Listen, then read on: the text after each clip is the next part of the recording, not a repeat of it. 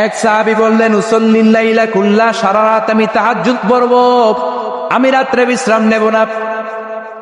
বুখারীর বর্ণনা, আরেক সাহাবী বললেন, আসুমুদ দাহরা কুল্লা, সারা বছর আমি রোজা রাখবো, আমি কোনোদিন কিছু খাবো না। আরেক সাহাবী বললেন, আতাজিলুন নিসা, আমি নারীদের কাছে যাব না, বিয়ে করব না। এই তিন সাহাবীর তিন কথা যখন বিশ্বনবী শুনলেন, বিশ্বনবীর চেহারাটারে আগুনের গোলার মতো লাল করে দিল কে? বিশ্বনবী সাহাবাদের দমক একসাথে ডেকে ধমকাতে শুরু করলেন। বিশ্বনবী বললেন, কে বলেছ সারা রাত নামাজ পড়বে, ঘুমাবে না? কে বলেছ? দাঁড়াও। যেই সাহাবী বলেছেন, ভয়ের চোটে ওই সাহাবীর মুখ দিয়ে কোনো কথা বের হয়। বিশ্বনবী বললেন, খবরদার, সারা রাত্রি যদি তাহাজ্জুদ পড়ো, ওই তাহাজ্জুদ আল্লাহর দরবারে কবুল হবে। কেননা বিশ্বনবীর তাহাজ্জুদের সিস্টেম ছিল, মনোযোগ দিয়ে শোনেন, বিশ্বনবীর তাহাজ্জুদের সিস্টেম ছিল, এশার নামাজের পরে বিশ্বনবী ঘুমায় যেতেন, বিশ্বনবী এশার সালাতের পরে ঘুমিয়ে যেতেন। মাঝরাতে বিশ্বনবী তাহাজ্জুদের জন্য উঠতেন, ৩-৪ ঘন্টা তাহাজ্জুদের নামাজ পড়তেন, ফজরের নামাজের আগ দিয়ে আবার নবী ঘুমায় যেতেন। আবার ওই ঘুম থেকে উঠে ওযু ছাড়া 2 রাকাত ফজরের সুন্নাত পড়ে তারপরে বিশ্বনবী ফজরের নামাজের ইমামতি করতেন। সুবহানাল্লাহ, আর জোরে সুবহানাল্লাহ বলেন। বিশ্বনবী ঘুম থেকে উঠে ওযু করতেন না, কারণ ঘুমালে নবীদের ওযু ভাঙে না। সুবহানাল্লাহ। সারা রাত জেগে বিশ্বনবী তাহাজ্জুদ পড়েছেন এমন কোন হাদিস? বিশ্বনবী আশার নামাজের পরে ঘুমাতেন, মাঝরাতে তাহাজ্জুদ পড়তেন, ফজরের আগ দিয়ে সামান্য একটু ঘুমাতেন। এটার বলে পাওয়ার ন্যাপ। দেখবেন অনেক বাসায় ইজি চেয়ার থাকে, এরকম ন্যাপিং করা যায়। 10 মিনিটের একটা পাওয়ার ন্যাপ নিবেন, অ্যালার্ম দিয়ে রাখবেন, উঠে দেখবেন শরীরটা তরতাজা, ঠিক কিনা? এরকম পাওয়ার ন্যাপ নিতেন ফজরের আগে, ঘুমাতেন, নামাজ পড়তেন, আবার ঘুমাতেন, আবার নামাজ পড়তেন। ওয়া ইন্না ফি লিজাসাদিকা আলাইকা হাক, তোমার দেহের একটা হক আছে না নাই? আপনি সারা রাত যদি নামাজ পড়েন, দিনের বেলায় অফিস করতে পারবেন। এজন্য বিশ্বনবী বললেন, খবরদার, সারা রাত নামাজ পড়বা না, ঘুমাবা আবার নামাজ পড়বা, ঘুমাবা আবার নামাজ পড়বা, কবুল করে নেবে কে? আবার যে সাহাবী বললেন, আমি সারা বছর রোজা রাখবো, রোজা ভাঙবো না, বিশ্বনবী ওই সাহাবীকেও আচ্ছা মতো ধমক দিলেন, বললেন, সারা বছর রোজা রাখলে রোজা কবুল হবে না। ওয়া ইন্নী আখশাকুম লিল্লাহ ওয়া আত্তাকুম লাহু, আমি তোমাদের মধ্য থেকে সবচেয়ে বড় মুত্তাকি। বিশ্বনবী শুধু মুত্তাকি নয়, তিনি ইমামুল মুত্তাকিন, ঠিক কি না? তিনি ইমামুল মুত্তাকিন। বিশ্বনবীর চাইতে বড় মুত্তাকি হওয়া যাবে?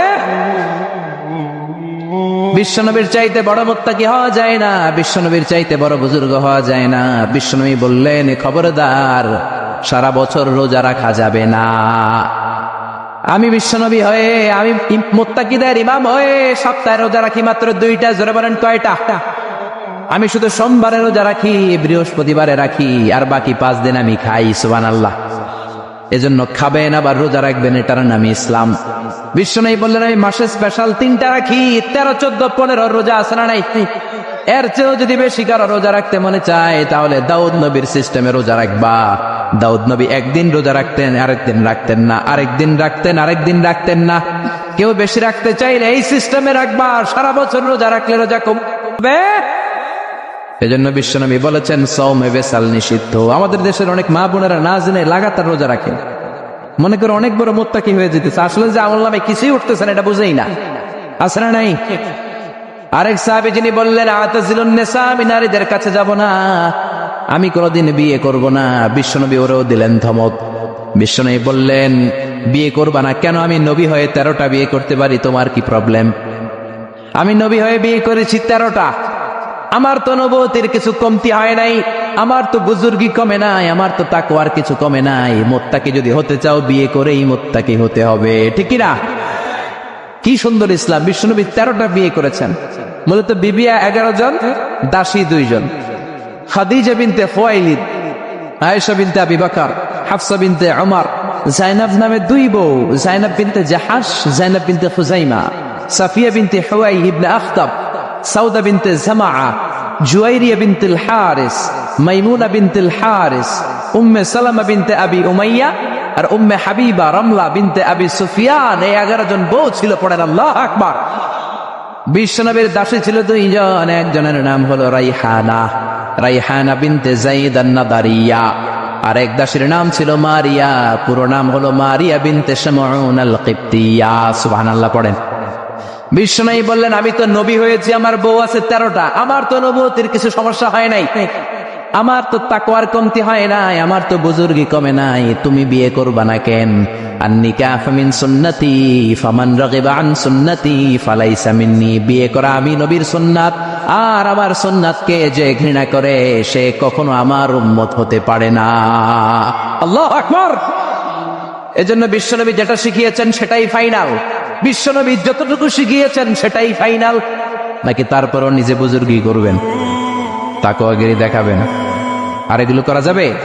এজন্য আল্লাহ বললেন, ইয়া আইয়ুহাল্লাযীনা আমানু লা তুকদ্দিমু বাইনা ইয়াদাইল্লাহি ওয়া রাসূলিহি ওয়াত্তাকুল্লাহ ইন্নাল্লাহা সামিউন আলীম। ও ইমানদারেরা, আল্লাহ আল্লাহর রাসূল যেটা বলেছে সেটাই ফাইনাল। আল্লাহ আল্লাহর রাসূলের চেয়ে বেশি অগ্রগামী হয়ো না, বেশি টপকে যেও না, মাতব্বরি করো না। কারণ আল্লাহ আল্লাহ রাসূল যা বলেছে তার বাইরে যে কাজ করলে কবুল হবে